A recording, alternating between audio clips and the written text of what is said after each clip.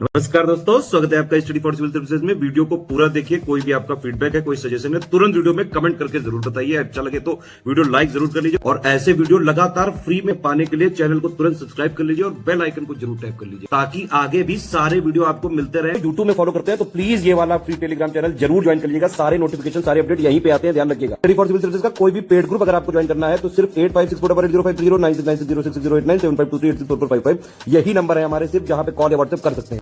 Instagram पे हमारा page जरूर फॉलो कर लीजिएगा, study for civil dot services है। ट्विटर पे हमको जरूर फॉलो कर लीजिएगा, @स्टडी फॉर सिविल्स है। सारे क्वेश्चन अटेम्प्ट करिए और स्कोर अपना तुरंत कमेंट करके बताइए। नमस्कार दोस्तों, आप सभी का स्वागत है स्टडी फॉर एग्जाम में। दोस्तों, इस वीडियो हम लोग हाल ही में जो बजट 2022-23 को प्रस्तुत किया गया है उनसे जितने भी प्रश्न आपकी परीक्षा में पूछे जा सकते हैं उन सभी प्रश्नों को हम लोग इस वीडियो में देखेंगे। वीडियो शुरू करने से पहले मैं आपको बताना चाहता हूँ हमारे कई पेड ग्रुप चलते हैं। अगर आप इन पेड ग्रुप को लेना चाहते हैं तो दिए गए नंबर पर कॉल कर जानकारी प्राप्त कर सकते हैं। तो दोस्तों देखते हैं पहला प्रश्न लोग। केंद्रीय बजट पेश करने वाले पहले प्रधानमंत्री कौन थे? मनमोहन सिंह, मोरारजी देसाई, जवाहरलाल नेहरू या लाल बहादुर शास्त्री? तो इसका जो सही आंसर है वो ऑप्शन से जवाहरलाल नेहरू केंद्रीय बजट पेश करने वाले पहले प्रधानमंत्री थे और अब तक कुल 3 प्रधानमंत्रियों ने केंद्रीय बजट को पेश किया है। जवाहरलाल नेहरू ने 1958-59 का बजट प्रस्तुत किया था और इस बजट में पहली बार गिफ्ट टैक्स की शुरुआत की गई थी। दूसरे जो प्रधानमंत्री हैं वह इंदिरा गांधी जी हैं। इन्होंने 1970-71 का बजट प्रस्तुत किया था। और तीसरे जो प्रधानमंत्री हैं वह राजीव गांधी जी हैं। उन्होंने 1987-88 का बजट प्रस्तुत किया था और इसी बजट में कॉरपोरेट टैक्स को पेश किया गया था। तो टोटल 3 प्रधानमंत्री हैं जिन्होंने केंद्रीय बजट को पेश किया था। आते हैं अगला प्रश्न लोग। सबसे छोटा बजट भाषण का रिकॉर्ड तत्कालीन वित्त मंत्री हीरू भाई मोलजी भाई पटेल के नाम दर्ज है, जिन्होंने 1977 में कुल कितने शब्दों का बजट भाषण दिया था? तो इन्होंने कुल 800 शब्दों का बजट भाषण दिया था, जो सबसे छोटा बजट भाषण का एक रिकॉर्ड रहा है। और यह जो बजट भाषण है यह हीरू भाई मोलजी भाई पटेल के नाम जो है दर्ज है। आते हैं अगला प्रश्न लोग।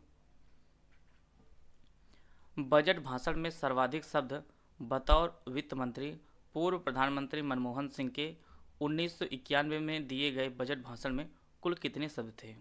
तो इन्होंने कुल 18,650 शब्दों का प्रयोग किया था और यह बजट भाषण में सर्वाधिक शब्द था। और यह जो है 1991 में मनमोहन सिंह ने प्रयोग किया था। दूसरा जो स्थान आता है वह वित्त मंत्री अरुण जेटली जी का है।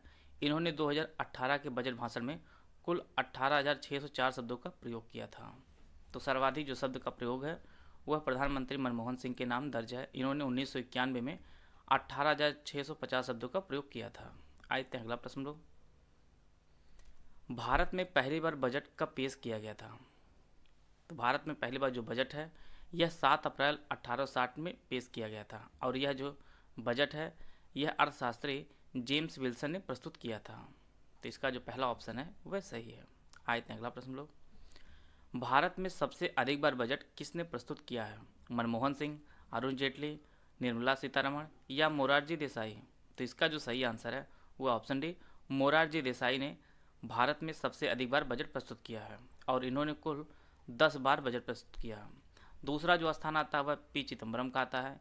इन्होंने कुल 9 बार बजट को प्रस्तुत किया है। और तीसरे स्थान पर प्रणब मुखर्जी जी हैं। इन्होंने कुल 8 बार बजट को प्रस्तुत किया है। तो सर्वाधिक बार मोरारजी देसाई जिन्होंने 10 बार, चिदम्बरम जी 9 बार और प्रणब मुखर्जी जी 8 बार बजट को प्रस्तुत किया है। आते हैं अगला प्रश्न लोग। 2022-23 के लिए अर्थव्यवस्था में सभी निवेशों को प्रेरित करने के उद्देश्य से राज्यों की मदद के लिए कितने करोड़ रुपए का आवंटन किया गया है? तो टोटल कुल 1 लाख करोड़ रुपए का आवंटन किया गया है राज्यों की मदद के लिए। तो इसका जो तीसरा ऑप्शन है वह सही है। आते हैं अगला प्रश्न लोग। भारत ने किस वर्ष तक सौर ऊर्जा की स्थापित क्षमता का लक्ष्य 2080 गीगावाट का रखा है? तो भारत 2030 तक लक्ष्य रखा है। जो क्षमता है सौर ऊर्जा की वह 280 गीगावाट हो जाएगी भारत की सौर ऊर्जा की क्षमता। यह लक्ष्य रखा है भारत ने। भारत ने वर्ष 2030 तक नवीन और नवीकरणीय ऊर्जा की स्थापित क्षमता का लक्ष्य कितने गीगावाट का रखा है? तो भारत ने कुल 450 गीगावाट का लक्ष्य रखा है 2030 तक नवीन और नवीकरणीय ऊर्जा स्थापित करने की, जिनमें 280 गीगावाट सोलर ऊर्जा की होगी। तो इसका जो आंसर है वो ऑप्शन सी 450 गीगावाट की। केंद्रीय बजट 2022-23 में उत्पादन लिंक्ड प्रोत्साहन योजना के तहत सौर मॉड्यूल के निर्माण को बढ़ावा देने के लिए कुल कितने करोड़ रुपए आवंटित करने की घोषणा की गई है? तो इसके लिए कुल 19,500 रुपये आवंटित किया गया है सौर मॉड्यूल के निर्माण को बढ़ावा देने के लिए। इसका तीसरा ऑप्शन है वह सही है। आए थे अगला प्रश्न लोग। 2022-23 में केंद्र सरकार का प्रभावी पूंजीगत व्यय 10.6 लाख करोड़ रुपए होने का अनुमान लगाया गया है और यह कुल जीडीपी का कितना प्रतिशत है? तो यह कुल जीडीपी का 4.1% है। केंद्र सरकार का पूंजीगत जो व्यय है वह 10.68 लाख करोड़ रुपए का अनुमान लगाया गया है और यह पूरे जीडीपी का कुल 4.1% है। आते हैं अगला प्रश्न लोग। केंद्रीय बजट 2022-23 में ग्रामीण और शहरी दोनों ही क्षेत्रों में प्रधानमंत्री आवास योजना के लिए कितने करोड़ रुपए आवंटित किया गया है? तो प्रधानमंत्री आवास योजना के लिए कुल 48,000 करोड़ रुपए आवंटित किया गया है और इस योजना के तहत कुल 80 लाख सस्ते घर बनाए जाएंगे। तो जो बजट आवंटित किया गया है वह आपका 48,000 करोड़ बजट आवंटित किया गया है प्रधानमंत्री आवास योजना के अंतर्गत। आए थे अगला प्रश्न लोग। केंद्रीय बजट 2022-23 में हर घर नल से जल के लिए 2022-23 में 3.8 करोड़ परिवारों को शामिल करने के लिए कुल कितने करोड़ रुपए आवंटित किए गए हैं? तो इसके लिए कुल 60,000 करोड़ रुपए आवंटित किए गए हैं हर घर नल से जल योजना के लिए 2022-23 बजट में। आए हैं अगला प्रश्न लोग। केंद्रीय बजट 2022-23 में गुणवत्ता परक मानसिक स्वास्थ्य परामर्श एवं देखभाल सेवाओं तक बेहतर पहुंच स्थापित करने के लिए किस योजना की घोषणा की गई है? तो यह जो योजना आपकी है वह नेशनल टेलीमेंटल हेल्थ प्रोग्राम, यह योजना बजट 2022-23 में प्रस्तुत की गई है और इस बार जो है हेल्थ सेक्टर में कुल 82,000.65 करोड़ रुपए खर्च किए जाएंगे। 82,000.65 करोड़ रुपए जो है वह खर्च किए जाएंगे और यह पिछले बजट से आपका 16.59% जो है वह ज़्यादा है। यह डेटा आप लोग नोट कर लीजिएगा। आते हैं अगला प्रश्न लोग। केंद्रीय बजट 2022-23 में आपातकालीन क्रेडिट लाइन गारंटी योजना को कब तक बढ़ाए जाने की घोषणा की गई है? तो यह योजना आपके मार्च 2023 तक बढ़ाए जाने की घोषणा की गई है केंद्रीय बजट 2022-23 में। आते हैं अगला प्रश्न लोग। केंद्रीय बजट 2022-23 में इंटरलिंकिंग परियोजना के तहत देश की कितनी बड़ी नदियों को आपस में जोड़ने की घोषणा की गई है? तो यह कुल 5 नदियों को आपस में जोड़ने की घोषणा की गई है और वह नदियाँ इस प्रकार जोड़ेंगे: गोदावरी कृष्णा से, कृष्णा पेन्नार से, पेन्नार कावेरी से, दमन गंगा पिंजाल और पार तापी नर्मदा। यह कुल 5 नदियों को आपस में जोड़ा जाएगा। आते हैं अगला प्रश्न लोग। आर्थिक सर्वेक्षण ने वित्त वर्ष 2022-23 के लिए भारत की जीडीपी वृद्धि दर कितने प्रतिशत रहने का अनुमान लगाया है? तो यह आर्थिक सर्वेक्षण के अनुसार भारत की जो जीडीपी रहेगी, जो वृद्धि दर रहेगी वह 8 से 8.5% के मध्य रहेगी। इसका जो तीसरा ऑप्शन है वह सही है। आते हैं अगला प्रश्न लोग। स्वतंत्र भारत का पहला बजट किस वर्ष पेश किया गया था? 1947, 1948, 1949 या 1950? तो इसका जो सही आंसर है वो ऑप्शन है 1947 में। स्वतंत्र भारत का पहला बजट 26 नवंबर 1947 को षणमुखम चेट्टी ने प्रस्तुत किया था। इसका जो पहला ऑप्शन है वह सही है। और गणतंत्र भारत का पहला जो बजट है वह 28 फरवरी 1950 को प्रस्तुत किया गया था और यह जॉन मथाई जी ने पेश किया था गणतंत्र भारत का पहला बजट। आते हैं अगला प्रश्न लोग। सरकार ने अनुसूचित वाणिज्यिक बैंकों के द्वारा देश के 75 जिलों में कितने डिजिटल बैंकिंग यूनिटों की स्थापना का प्रस्ताव किया है? तो यह कुल 75 जिलों में 75 डिजिटल बैंकिंग यूनिटों की स्थापना का प्रस्ताव 2022-23 के बजट में किया गया है। तो इसका जो पहला ऑप्शन है वह सही है। आते हैं अगला प्रश्न लोग। स्वतंत्र भारत के इतिहास में सबसे लंबा बजट भाषण देने का रिकॉर्ड किसके नाम है? अरुण जेटली, पी चिदम्बरम, निर्मला सीतारमण या पीयूष गोयल? तो इसका जो सही आंसर है वो ऑप्शन सी निर्मला सीतारमण। स्वतंत्र भारत के इतिहास में सबसे लंबा बजट भाषण देने का जो रिकॉर्ड है वह निर्मला सीतारमण के पास है। इन्होंने 2020-21 के बजट पेश करते हुए कुल 2 घंटे 42 मिनट का लंबा भाषण दिया था। अगर प्रश्न आपके शब्दों में पूछे तो सबसे ज़्यादा शब्दों का जो प्रयोग किया था वह प्रधानमंत्री मनमोहन सिंह ने किया था, जिन्होंने 1991 में अपने बजट भाषण में कुल 18,650 शब्दों का प्रयोग किया था। अगर समय की दृष्टि से देखा जाए तो सबसे लंबा जो भाषण है वह निर्मला सीतारमण ने दिया था 2020-21 के बजट में। इन्होंने कुल 2 घंटे 42 मिनट का लंबा भाषण दिया था। आते हैं अगला प्रश्न लोग।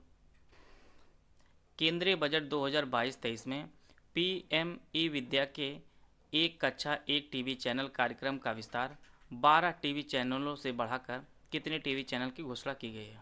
तो इसका जो सही आंसर है वो ऑप्शन डी 200 चैनल। एक कक्षा एक टीवी चैनल कार्यक्रम का विस्तार 12 टीवी चैनलों से बढ़ाकर 200 टीवी चैनल करने की घोषणा की गई है पीएम ई विद्या की। आते हैं अगला प्रश्न लोग। केंद्रीय बजट 2022-23 में व्यावसायिक शिक्षा को बढ़ावा देने के लिए कितने कौशल ई लैब स्थापित किए जाने की घोषणा की गई है? 42, 55, 75 या 95? तो इसका जो सही आंसर है वो ऑप्शन सी 75। व्यावसायिक शिक्षा को बढ़ावा देने के लिए कुल 75 कौशल ई लैब स्थापित किए जाने की घोषणा की गई है केंद्रीय बजट 2022-23 में। आते हैं अगला प्रश्न लोग। केन बेतवा संपर्क परियोजना को कार्यान्वित करने के लिए वर्ष 2022-23 में कितने करोड़ रुपये आवंटित किया गया है? तो इसके लिए कुल 14,000 करोड़ रुपये आवंटित किया गया है 2022-23 के बजट में केन बेतवा संपर्क परियोजना के लिए। और इससे पूर्व 2021-22 में कुल 4300 करोड़ रुपये इसके लिए आवंटित किया गया था। 4300 2021-22 में और 1400 करोड़ रुपये 2022-23 के बजट में केन बेतवा संपर्क परियोजना के लिए आवंटित किया गया है। आते हैं अगला प्रश्न लोग। निर्मला सीतारमण ने किस वर्ष को अंतर्राष्ट्रीय कदम वर्ष घोषित किया है? तो इसका जो सही आंसर है वह ऑप्शन बी 2022-23 को निर्मला सीतारमण ने अंतर्राष्ट्रीय कदम वर्ष घोषित किया है। प्रश्न आपकी परीक्षा में इस प्रकार से पूछा सकता है कि संयुक्त राष्ट्र ने अंतर्राष्ट्रीय कदम वर्ष किस वर्ष को घोषित किया है?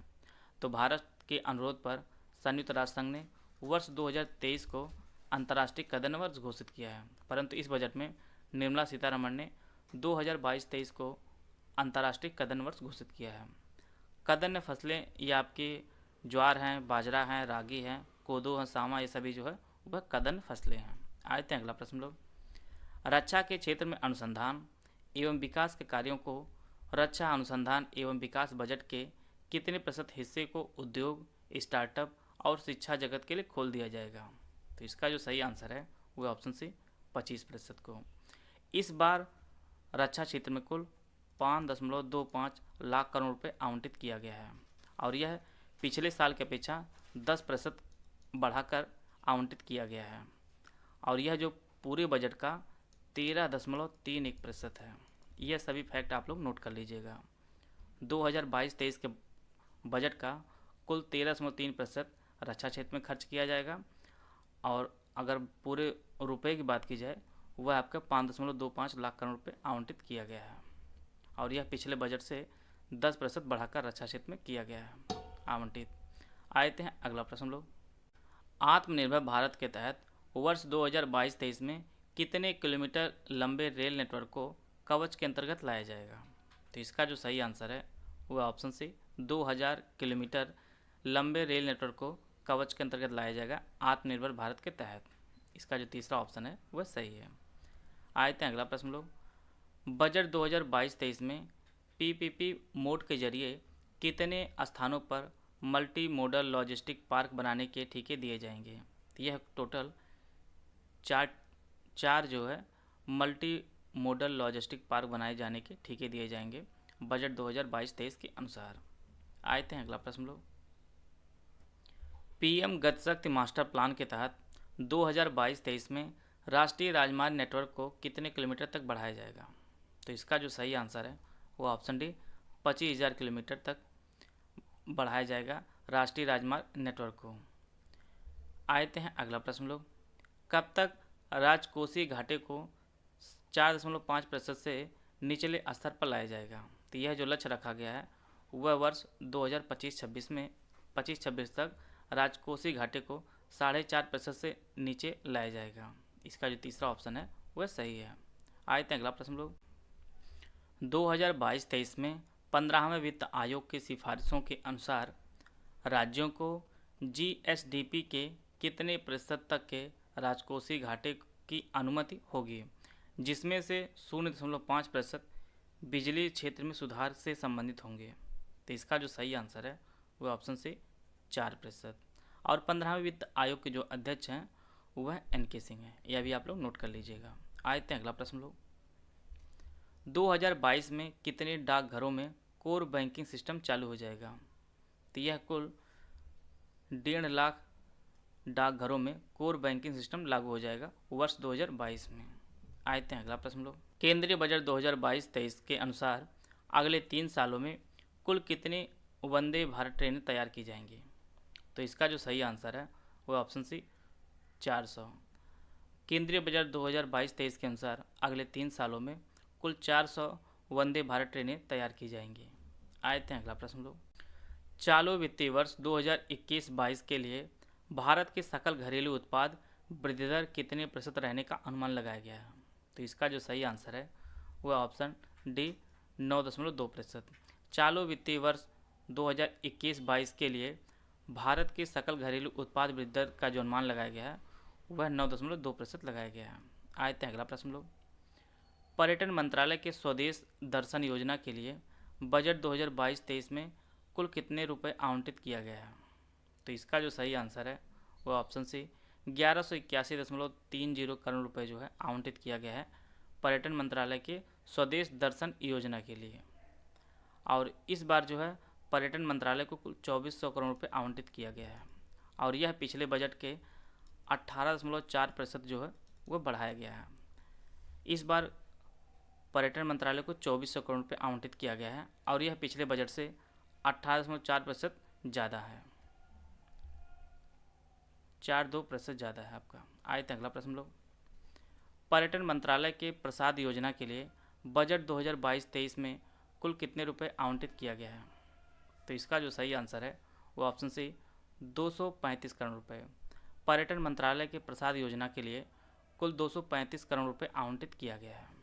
आए थे अगला प्रश्न लोग, 2022-23 के बजट में पर्यटन मंत्रालय को 2400 करोड़ रुपए आवंटित किया गया है, जो 2021-22 में आवंटित बजट की तुलना में कितने प्रतिशत अधिक है।